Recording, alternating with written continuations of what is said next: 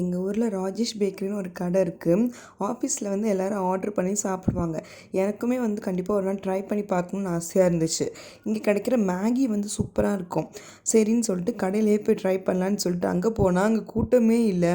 என்னடா இது நல்லா இருக்குமா இல்லையான்னு சொல்லிட்டு டவுட்டில் தான் வந்து இந்த சிக்கன் பிரியாணியும் சாக்லேட் ஃபல்லவும் ஆர்டர் பண்ணியிருந்தோம். சிக்கன் பிரியாணி வந்து ஆஃபீஸில் வரும்போது இவ்வளோ டேஸ்ட்டாக இல்லை, பட் நேரில் வந்து சாப்பிடும் போது அவ்வளோ சூப்பராக இருந்துச்சு.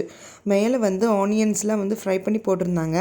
அப்போ தான் வந்து அவங்கக்கிட்ட கேட்டோம். அவங்க சொன்னாங்க, பேக் பண்ணி வரும்போது சீக்கிரமாகவே தம்லேருந்து எடுத்துருவோம், ஆனால் ரெஸ்டாரண்ட்டில் வந்து சாப்பிட்றவங்களுக்காகவே தனியாகவே தம்மில் அப்படியே வச்சுருப்பாங்களாம் சுட சுட எடுத்து கொடுக்கறதுக்காக.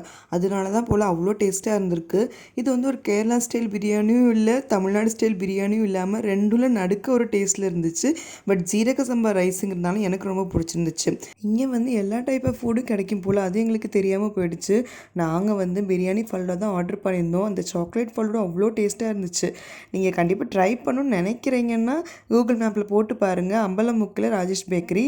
டேஸ்ட் வந்து சூப்பராக இருந்துச்சு. சரி, அங்கே லொக்கேஷன் நல்லா இருந்துச்சுன்னு சொல்லிட்டு ஹேர் கட் பண்ணுறதுக்கு முன்னாடி என்னோடய நீளமான முடி ஒரு வீடியோ எடுத்துக்கலான்னு சும்மா எடுத்து என்ஜாய் பண்ணிகிட்டு இருந்தோம்.